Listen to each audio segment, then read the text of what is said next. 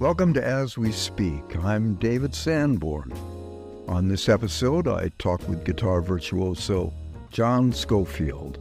We'll hear about his early love of the blues, lessons learned from Miles Davis, and his vast and varied discography.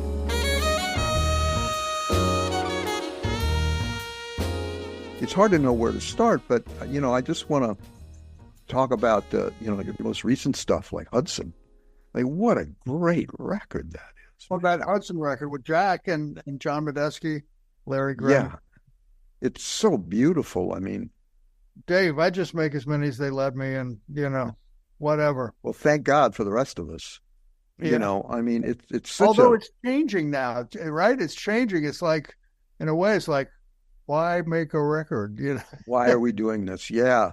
I was talking to Billy Robinson, the producer, before you came on, and we were talking about the Grammys and what they mean and, the record business. And, it's just been, such an interesting journey. And I guess because I'm a little bit older than you, but, we're roughly in the same generation. So physical records were so meaningful, I think, for us. And, getting, you'd have this, this Monk record, and you'd be like this piece of gold, and you treasured, read the liner notes, and I love this track. And there was it seemed to be kind of a narrative of a record from beginning to end.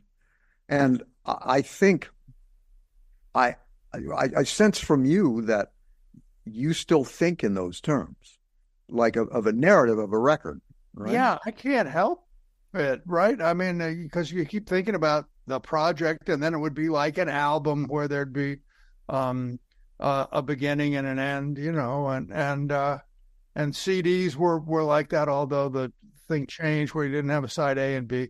But I have a hard time. People are saying, "Oh, now it's just whatever. It's not albums anymore," and I'm unable to not think like that. Yeah, because it's like the novel form. It's a narrative.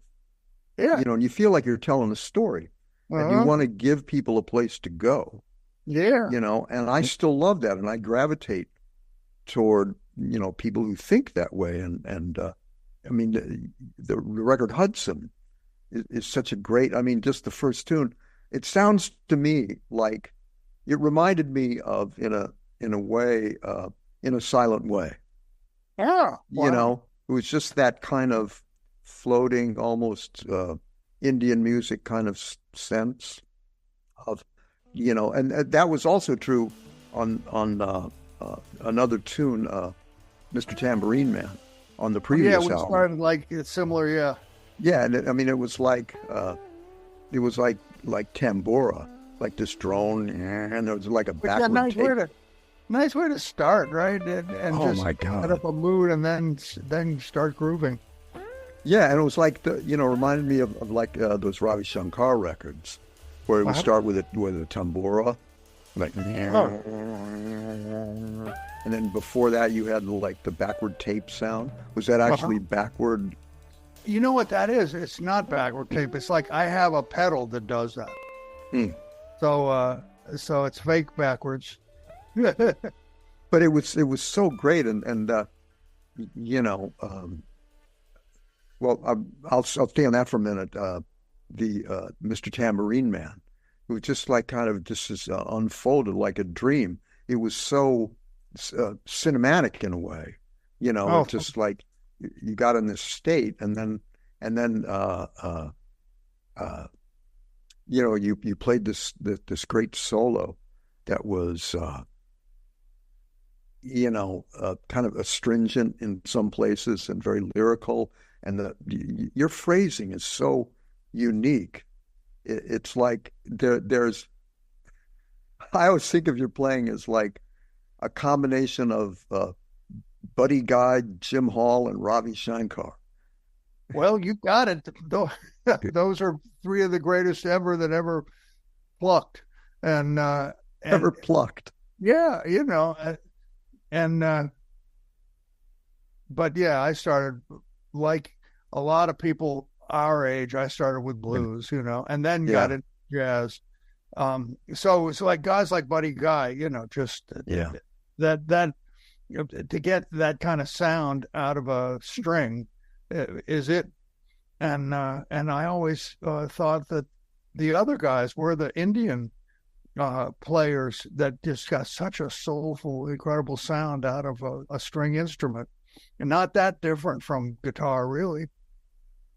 Yeah, and you really, I always heard the blues in Indian music.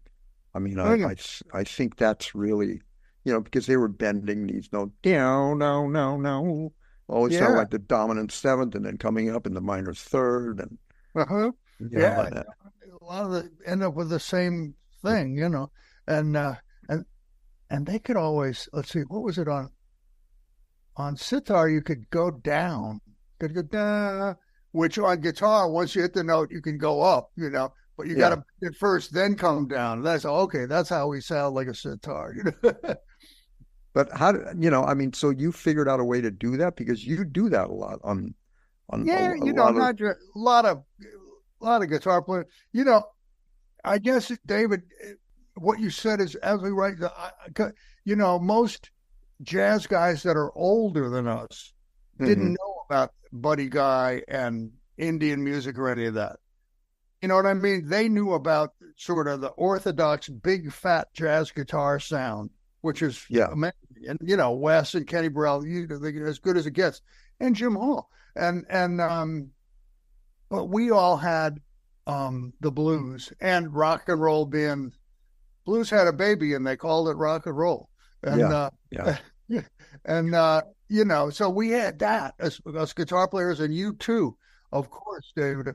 I wanted to interview you too. This is I can't. I just have too many things to ask you, but yeah, So I did.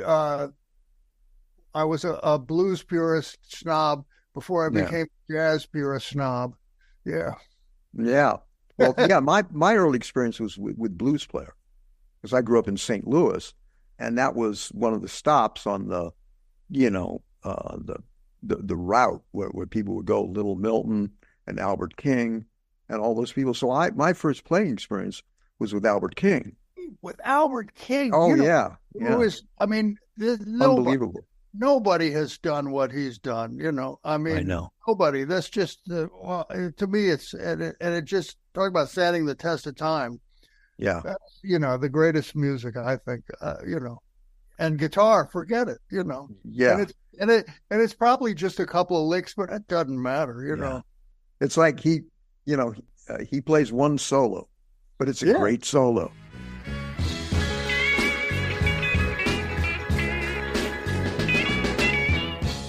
Yeah, I know.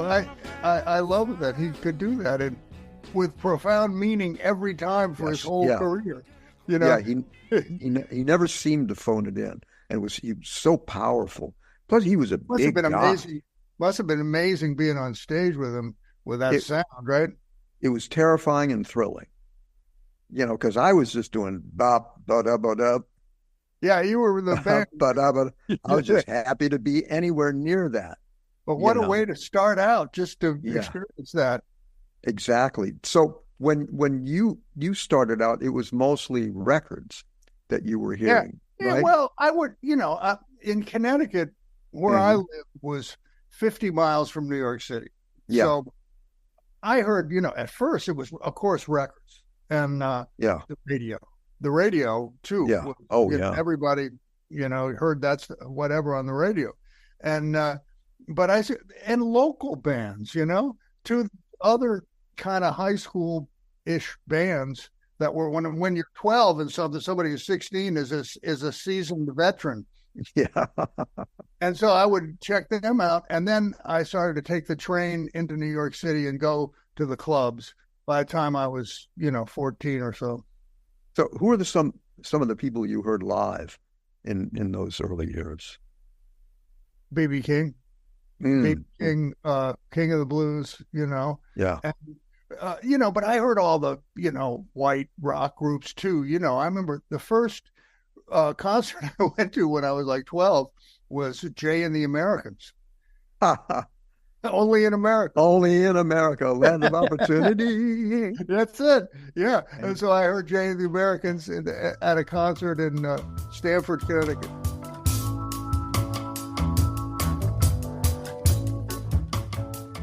I, I'm jumping around a lot because there's so much I want to kind of cover here. And I want to talk about some of the tunes on Hudson, like Okay. Lay Lady Lay, Yeah. which is just, this great, it's kind of reggae and it's very lyrical and it's very joyful.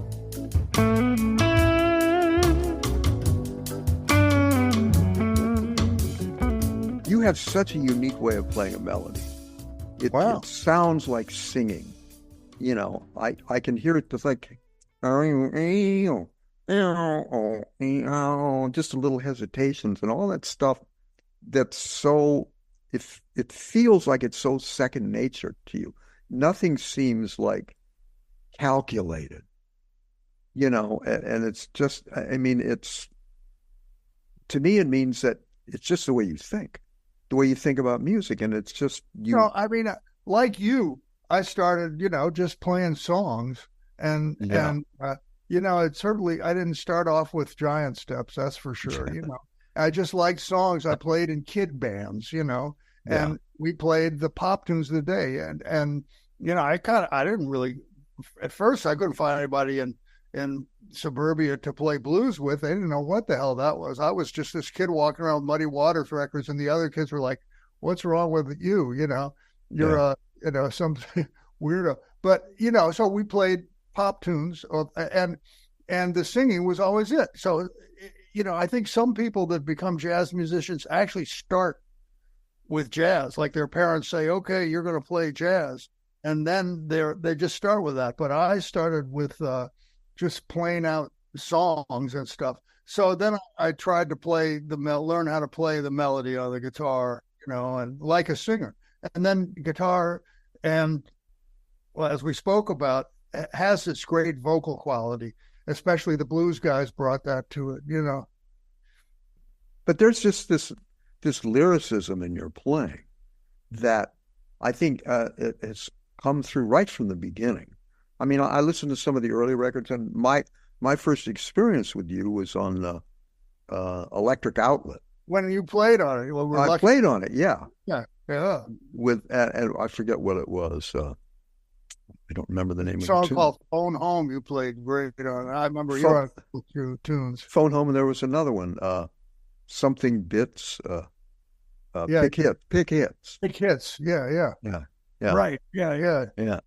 I mean, the sound that you've always gotten on your records, there's such a spacious quality to it. I Wow. mean, are you very conscious of like the engineers that you pick, and how much input do you have or even want?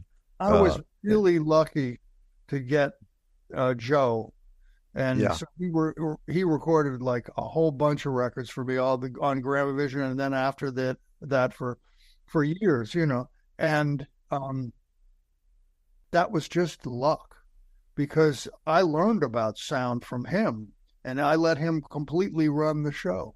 mm, I might say, "Oh, I wish there was a little bit more tambourine or whatever," but mm, there'd be balance things, but he just sat there, as and worked yeah, with it and made beautiful works of art with his mixes, and it was just so great to have him. So I was just really lucky with him, and then James Farber yeah. after that also, and sometimes at the same time. So between those two engineers, yeah, and I do like the space, but I played too many notes many times. I I have to. disagree. Well, thank you, because maybe I just didn't let that take go on the record ever. But you know what? I'm always having to fight it. Um, but thank you, because I think it's the jazz disease. Actually, Joe Zawinul said that to me once years ago when I was in the 70s. I got to meet him, and he said, something about jazz disease, being too Yeah, many notes, too many notes. Well, I mean, I know you talked about playing with Miles. And speaking of not playing too many notes, Wow. and understanding the value of space, right? Yeah. No, he well, we know that about him, and that he was very verbal about that in interviews and everything. And with us, with the guys in the band, he would just tell us too. It would like be an order, like a command. No, play with more space. And then I started to do that. And I had to remind myself, because I would get up there and I'd be like, oh, wait, put this in, put this in. But then, and especially when you're excited on the gig, it's hard to, but then it just force yourself to stop and then come back in. And it just does some magic thing where and I would notice with Miles that he could, unify the rhythm section. Like we'd all be playing our solos, the other guys, and the stuff would be all over the place. And then Miles would play. And what the hell was going on, man? It was like these notes showed everybody what to play, the way he placed it, and the whole thing. And that was one of my first experiences with a guy who could pull the band along like that, and he did a lot of times with the space, which would give everybody a chance to join in, give the drummer, bass player a chance to groove for a second, and then he'd hop on top of that, it would groove even more, and then a little space, and then everybody's excited. It's just working out, and he would just make it keep working out and working out. It was such a lesson.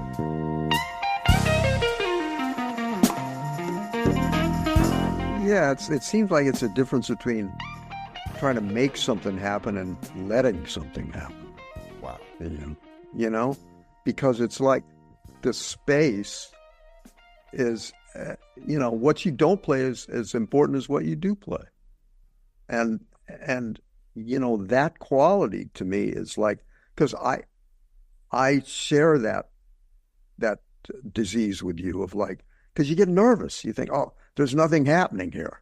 Right. When in fact, there's a lot happening. Yeah, I know. So, you got to wait for your moment. And then it becomes a conversation with everybody in the band, and not like a monologue. Like, no, what I have to say is it's my solo, and I don't. Nope. Yeah. Just, still a conversation. Right. Whether you're in front or not, and I think it was that it's a kind of a humility, which is odd when you think of Miles, because you think of this massive ego, but in many respects. But it is humble, but at the same time, that makes it sound good. He knew he wasn't going to sound like if he didn't do that. And even the guys who play the most, like they talk about Coltrane or Charlie Parker, who play like this virtuoso stuff. You actually listen to him play, all that space thing is there too, and in all the greats. Yeah, and in the case of Coltrane, I mean, there's a great lyricism there, even in the more dense stuff. Yeah, there's this kind of love, this positivity, this lyrical quality, and I think it's easy to lose sight of that in what depending on your perspective, you see this flurry of notes. And you think it's all about the notes. No. It's like there's another melody going on in the midst of all of that other stuff. There's a whole lot of levels happening at the same time, like three-dimensional stuff and playing off the time. It's an intricate art form, this music that we play. And it can be overwhelming. But at the same time, if you just step back and say, okay, I'm happy to be part of this. Yep. And that's when it gets to be fun, right? When you, because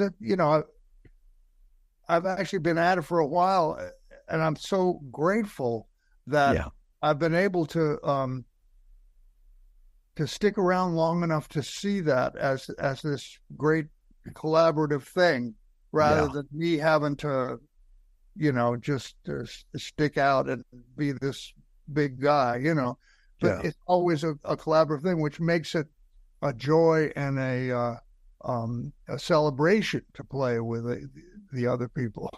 Yeah, and that's And where if you, it's yeah, so rewarding. and if you have people that understand that Uh-huh. understand how to, you know, be in a conversation with Yep.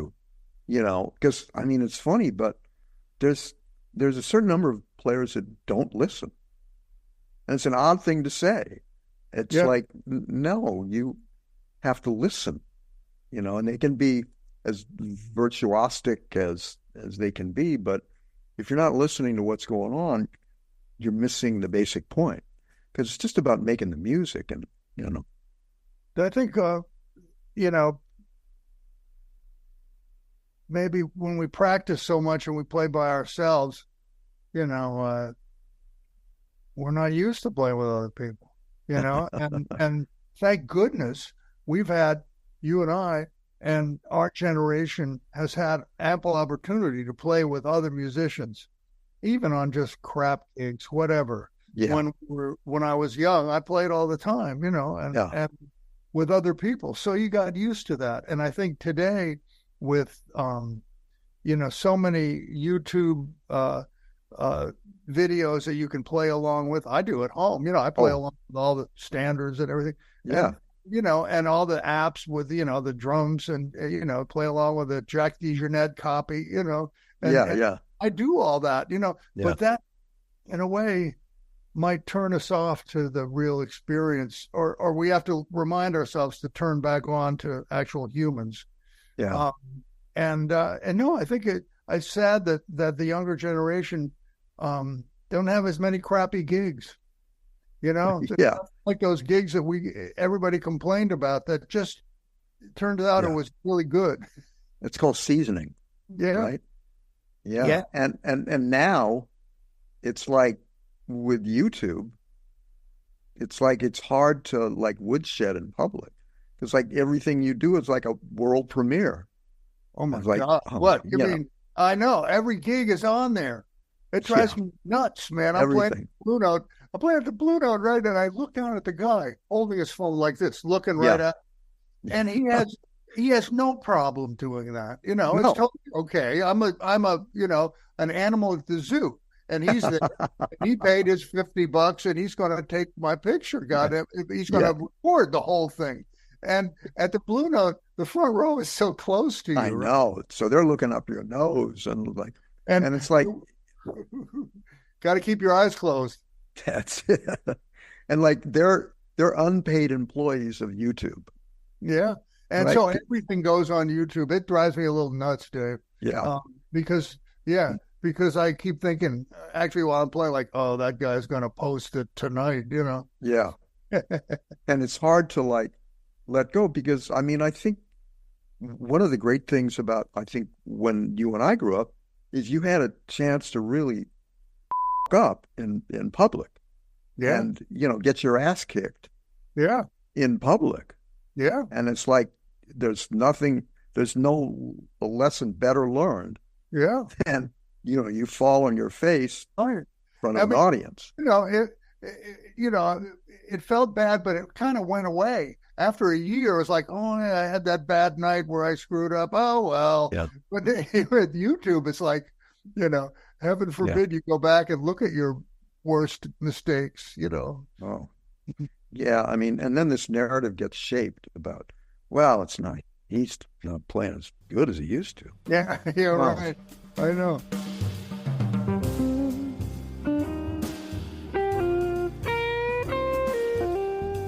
I hear you capturing the essence of what the tune is.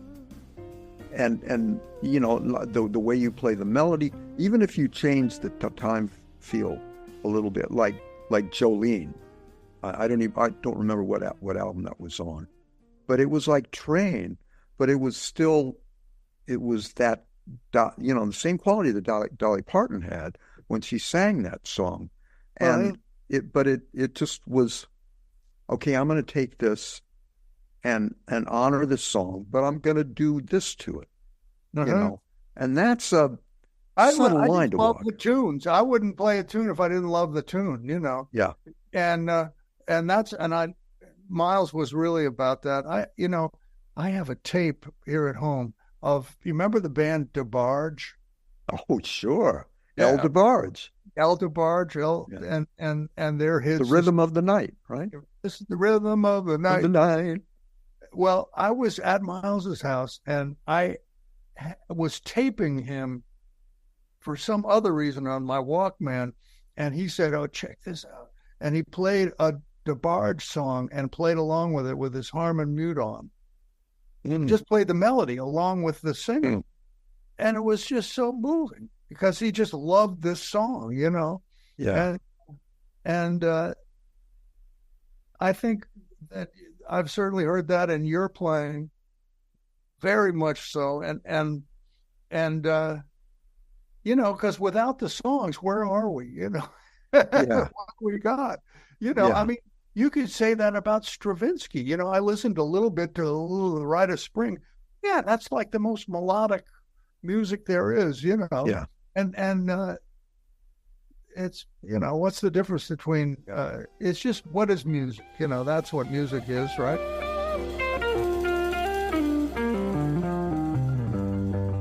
I want to talk a little bit about, because one of the last times I saw you, which has been quite a while now, in person and playing, was in London.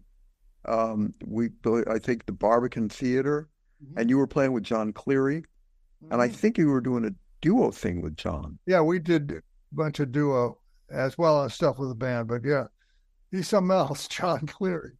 He really is something else. And you did the album Piety Street. Yes. With him, right? Yeah, right. I went to New Orleans and wanted to make a record with John because he was so great, and have him be the featured singer and piano player. And then, but I thought, well, what are we going to play? And then I thought, might as well get black gospel tunes and just do them, and talk about cultural appropriation. I just did it. And we met George Porter down there. He wanted to do it, so he played on it. And we ended up, some stuff with Shannon Powell, who's the great New Orleans traditional drummer, keeper of the flame. But a bunch of it was with Ricky Fattar, who John played with in Bonnie Raitt's band. But yeah, that we been last making that record, and then I played with a bunch of gigs with John too. Oh, sometimes I feel like freedom is near. It's amazing to me how you can be in all these different contexts and be so authentic. I mean, you may not think of it that way as being, but it's a rare quality to be able to, to be yourself, but to be appropriate in all these situations. It's, yeah, there's not many people like that, man. Well, thanks, man. I mean,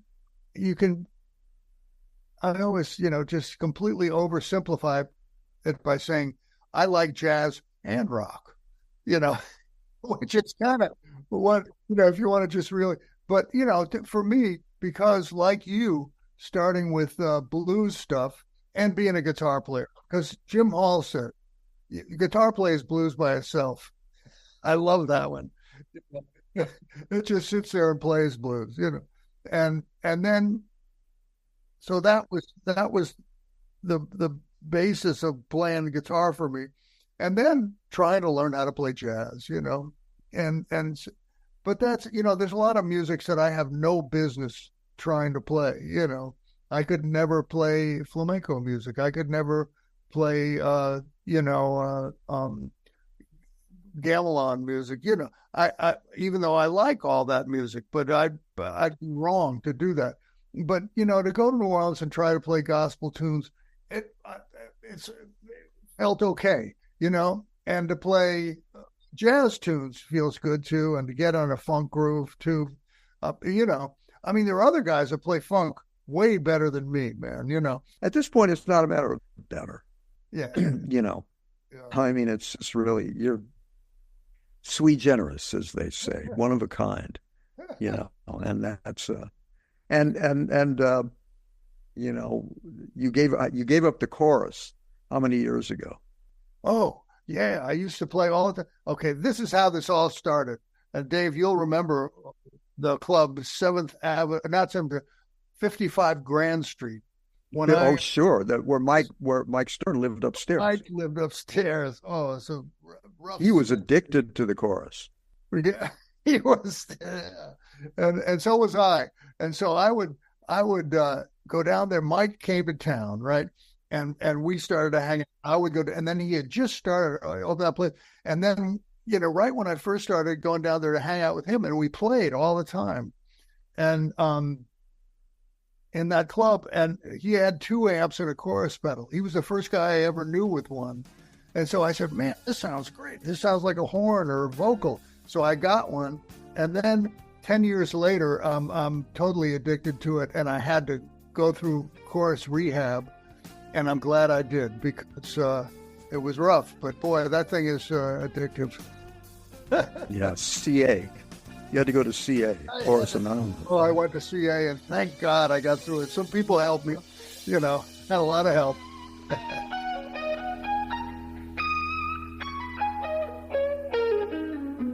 I always found it difficult to play with, because it was like, it was kind of trying to find out. It just covered everything. Yeah. I mean, you try and line up your pitch might be hard to play with that thing, because it's 12 notes. Yeah, right. Yeah, and I don't need any more obstacles in my way to get in tune. Like it's hard enough.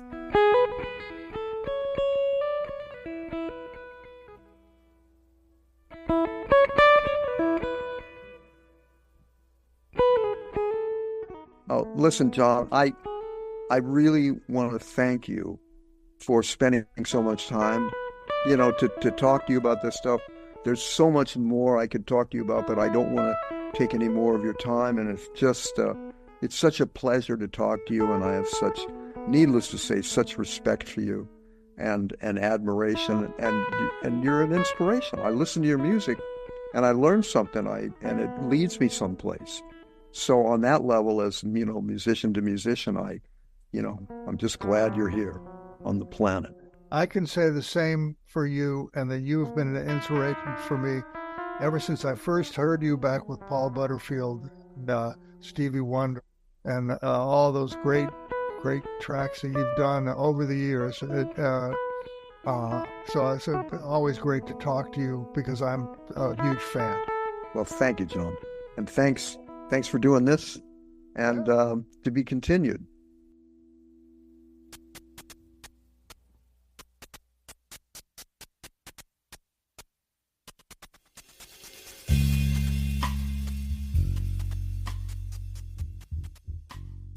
This has been As We Speak, a podcast from WBGO Studios. This episode was produced by Trevor Smith.